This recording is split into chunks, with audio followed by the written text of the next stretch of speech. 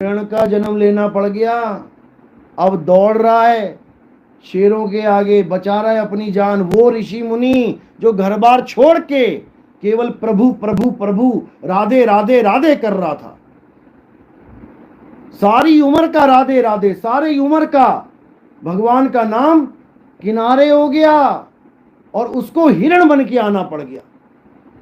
बताओ, यानी सारी उम्र जो उसने भक्ति करी जीरो हो गई। और केवल एक गलत विचार, गलत था विचार, क्या विचार भी अच्छा ही था उसका, पुण्य करने वाला विचार था, लेकिन गलत समय पे गलत विचार आ गया, इसलिए उसको हिरण की योनि में आना पड़ा। अब सोचो हमारा अंत समय आ जाए तो हमारे क्या क्या विचार होंगे। जैसा विचार आ गया तुम्हारा, तुम्हें वैसा ही जन्म लेना पड़ जाएगा। जो मछली खाता है, नाना करते उसके सामने मछलियां आएंगी, उसको मछली बनना पड़ेगा। जो मुर्गे खाता है, अपने आप मुर्गा आ जाएगा उसके सामने, उसको मुर्गा बनना पड़ेगा। बकरे खाता है, बकरा बनना पड़ेगा।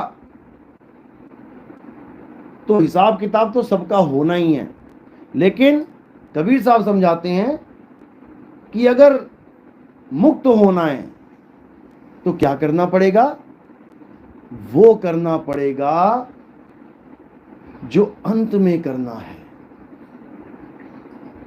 तुम्हें नदी में गिरा दिया जाए तो क्या करोगे? तैरोगे। लेकिन कब? जब आता होगा तब। इसलिए तुम्हें स्विमिंग पूल में गिराया जाता है पहले, तुम्हें वो करवाया जा रहा है जो तुम्हें नदी में गिर के करना है। ट्रेनिंग, आप भर्ती हो गए, फिजिकल पूरा फिट है, रिटर्न में सब कुछ हो गया, लेकिन फिर भी 6 महीने की ट्रेनिंग करवाई जाती है। क्यों करवाई जाती है? क्योंकि आपको वो करवाया जा रहा है जो आपने वहां जाके करना है। तो इसी प्रकार आत्मज्ञान का मतलब होता है आपको वो चीज करवाई जाएगी जो आपने अंत समय में करनी है। अगर आपको ये नहीं पता कि मेरा अंत समय आ गया और मैं क्या करूं, तो आप 84 में जाने के लिए तैयार रहो।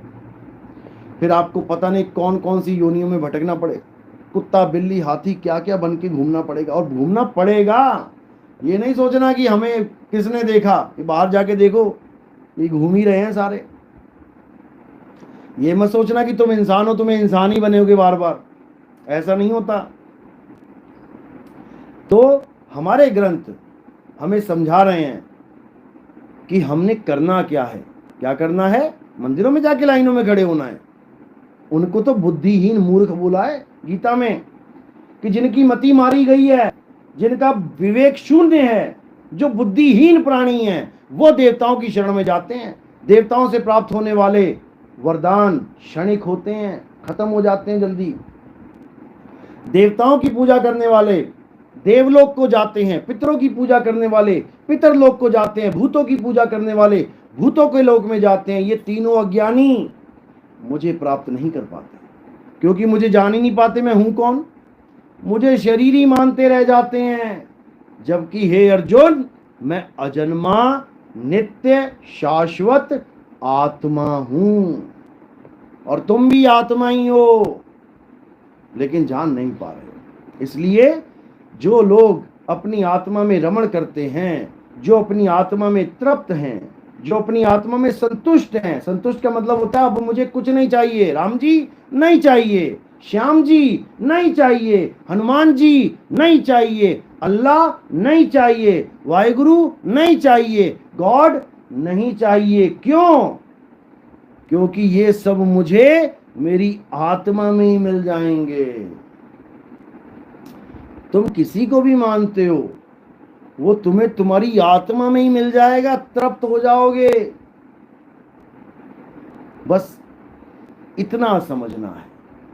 बाहर कोई आता है, आलू ले लो आलू, गोभी ले लो गोभी, और तुम्हारे यहाँ पूरा स्टॉक भरा हो आलू का, लोगे क्या?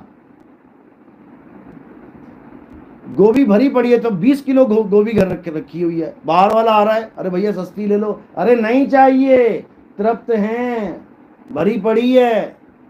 इसी प्रकार हमें तुम्हारा अल्लाह, तुम्हारा वाहिगुरु, तुम्हारा गॉड, तुम्हारा राम नहीं चाहिए। हमारा अल्लाह, हमारा वाहिगुरु, हमारा गॉड हमें मिल गया है। इतनी सी बात है, समझने में तो बहुत आसान है। समझ में आई गई होगी मैं क्या बोल रहा हूं। मानना उससे भी मुश्किल है और अपनाना सबसे मुश्किल है। लेकिन दया होती है मालिक की, धीरे धीरे धीरे जीव जागृत होता है, समझ में आता है, अपना अच्छा अपना बुरा इसका फैसला करने की ताकत मालिक देता है। तब जाकर आप सत्य और असत्य का निर्णय कर पाते हैं, सत्य का संग कर पाते हैं। तो सत्य का संग यानी सत्संग क्या होता है? राम जी की कहानियां सुनाना सत्संग नहीं होता, कृष्ण जी की कहानियां सुनाना सत्संग नहीं होता, कुरान की कहानियां, बाइबल की कहानियां सुनाना सत्संग नहीं होता। सत्संग का मतलब है सत्य का संग। अब सत्य क्या है? हे अर्जुन, इस दुनिया में दो प्रकार के तत्व हैं, एक असत्य और एक सत्य। असत्य क्या है? ये काया असत्य है और सारी दुनिया इस काया की ही पूजा कर रही है। हनुमान जी की काया, राम जी की काया, सीता जी की काया, लक्ष्मण जी की काया, सबकी काया असत्य है, असत्य की पूजा हो रही है। और सत्य क्या है? हे अर्जुन, आत्म तत्व ही सत्य है। जो आत्मा को जान लेते हैं, जो आत्मा के साथ हो लेते हैं, वही सत्संगी कहलाते हैं। इसके अलावा सत्य कुछ नहीं है। चलो, मेरी बात समझ में आई थोड़ी बहुत? 1% 100 में से चलो कोई बात नहीं, आज पहला सत्संग है इसलिए। हमारे सत्संग YouTube पे आते हैं, कहत कबीर सुनो भाई साधो, नितिन दास चैनल है हमारा। आत्मा को जानेंगे कैसे? हाँ, आत्मा को कैसे जानेंगे इसको लो। इसके लिए क्या बोला है? अध्याय 4 34वां श्लोक। चलो, क्योंकि ये सवाल अर्जुन का भी है कि मैं उसको जानूं जो दिखाई नहीं दे रहा, जो पता ही नहीं लग रहा है भी कि नहीं है। तो उसको जानने का एक ही तरीका बताया कि हे अर्जुन, अगर तुम आत्मा को जानना चाहते हो तो तुम ऐसे गुरु की शरण में जाओ जिसने आत्म तत्व को जान लिया है। 4:34। हाँ, 4:34। उस ज्ञान को तू तत्वदर्शी ज्ञानियों के पास जाकर समझ। सुनो, भली भांति दंडवत प्रणाम करने से, हाँ, उनकी सेवा करने से और कपट छोड़कर सरलता पूर्वक प्रश्न करने से वे परमात्मा तत्व को भली भांति जानने वाले ज्ञानी महात्मा तुझे उस तत्व ज्ञान का उपदेश करें। क्या बात है, लाओ दिखाओ। अब इसको समझ लो अच्छी तरह। जो आपका सवाल था कि आत्मा को कैसे जाने, तो क्या कह रहे हैं कि उस ज्ञान को, यानी जो ज्ञान मैं तुझे समझा रहा हूं, दोनों पक्ष को रोक दिया। पता है ना, वहां समय को रोक दिया गया और केवल अर्जुन और कृष्ण जी में वार्ता चल रही है। तो कह रहे हैं कि उस ज्ञान को जो मैं तुझे बता रहा हूं, तू तत्वदर्शी ज्ञानियों के पास जाकर, तत्वदर्शी का मतलब यहां पर क्या है? जो दोनों प्रकार के तत्वों को जानता है। एक तो ये 5 तत्व जिसको आप भी जानते हो, हवा, पानी, आग, धरती, आकाश, और एक आत्म तत्व जिसको आप नहीं जानते हो, क्योंकि आपका सवाल ही यही है, हम उसको कैसे जाने। तो तत्व ज्ञानी, तत्व ज्ञानियों के पास जाकर समझ, उनको भली भांति दंडवत प्रणाम करने से, उनकी सेवा करने से और कपट छोड़कर सरलता पूर्वक प्रश्न करने से वे परमात्म तत्व को, यानी आत्म तत्व को भली भांति जानने वाले ज्ञानी महात्मा तुझे उस तत्व ज्ञान का उपदेश करेंगे। उपदेश का मतलब होता है नाम दीक्षा। यानी आप गुरु के पास क्यों जा रहे हो? नाम दान लेने। अब नाम क्या चीज है? जिसको तो पता है कि नाम क्या है वो तो तुम्हें नाम देगा, और जिसको नहीं पता है कि नाम क्या है वो तुम्हें 52 अक्षर देगा। 52 अक्षर यानी ये जो अक्षर लिखे हुए हैं, इन्हीं में से कोई अक्षर उठा के दे देगा। रा, मां। अब जपो घर जाके, राम राम राम राम, या किसी ने दे दिया रा धे। अब जपो जाके, राधे राधे राधे, माला फेरते रहो, राधे राधे राधे। ये सब नकली हैं, ये सब नकली हैं, क्योंकि ये अक्षर नकली हैं। असली क्या है? वस्तु असली है। जैसे पानी, दो प्रकार के पानी है, एक तो ग्लास में पड़ा है असली है, और एक मेरे मुंह से निकल रहा है पानी। पानी क्या निकल रहा है मेरे मुंह से? अक्षर। पानी पानी। अब एक असली है जिसको पी के तुम्हारा गला गीला हो जाएगा, और एक नकली है जिसको बोल बोल के तुम्हारा गला सूख जाएगा। ज्यादा बोलने से गला सूख जाता है ना, बीच में पानी पीना पड़ता है। अब तुम पानी पानी बोलो लगातार 2 घंटा, तुम्हारे गले की ऐसी तैसी हो जाएगी, सूख जाएगा बिल्कुल, और तुम करते रहोगे पानी पानी पानी। भैया पानी दो जरा, यानी पानी पानी बोलकर भी तुम प्यासे रह गए। इसी प्रकार राधे राधे बोल के भी तुम बिना राधे के चले जाओगे इस दुनिया से। राम राम बोल के भी तुम बिना राम के चले जाओगे इस दुनिया से। अल्लाहू अल्लाहू करके तुम बिना अल्लाह के चले जाओगे इस दुनिया से। गॉड गॉड वाहेगुरु वाहेगुरु जप के तुम बिना वाहेगुरु के गॉड के चले जाओगे इस दुनिया से। तुम उसको जान भी नहीं पाओगे। अब क्या होगा? अब तुम्हें ऐसा गुरु मिलेगा, अगर मालिक की दया हुई तो वो क्या करेगा? सोई गुरु पूरा कहावे, 2 अक्षर का भेद बतावे, एक छुड़ावे। ये पानी पानी जल जल वाटर वाटर छोड़ इसे। ये अल्लाह अल्लाह वाहेगुरु वाहेगुरु राम राम कबीर कबीर छोड़ इसे। तो क्या करूं गुरुजी? एक लखावे। वो तत्वज्ञानी तुम्हें परम तत्व आत्म तत्व का उपदेश करेंगे। तब तुम्हें पता लगेगा कि अच्छा मेरी आत्मा ऐसी है। जब तुम्हें ज्ञान दीक्षा मिलेगी, उसके बाद जब तुम आत्मा से कनेक्टेड हो जाओगे, तब तुम्हें पता लगेगा अरे भाई ये तो मैं ही हूं। यानी मैं जिस आत्मा को सोच रहा था कि आत्मा कैसी है, अरे मैं ही तो आत्मा हूं। आप क्या हो? शरीर हो कि आत्मा हो? क्या हो? लेकिन जानते नहीं हो कि आप आत्मा हो। क्या है आत्मा? यानी तुम खुद को ही नहीं जानते। और तुम किसको जानते हो? जो तुम्हें शीशे में दिखाई देता है, उसको तुम बहुत अच्छी तरह जानते हो।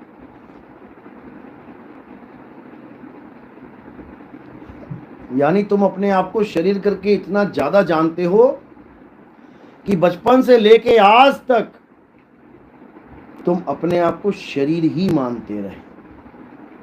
तुमने एक बार भी नहीं सोचा कि ये शरीर तो मिट्टी का है, मांस का है, क्या मैं मांस हूं? ये शरीर तो खून का है, क्या मैं खून हूं? ये शरीर तो हड्डी का है, क्या मैं हड्डी हूं? मांस, खून, हड्डी, तीनों यहां पे ढेरी लगा दो, मैं क्या हूं इसमें? मेरी मां कौन है? क्या मेरी मां मांस है? क्या मेरी मां ये खाल है या बाल है?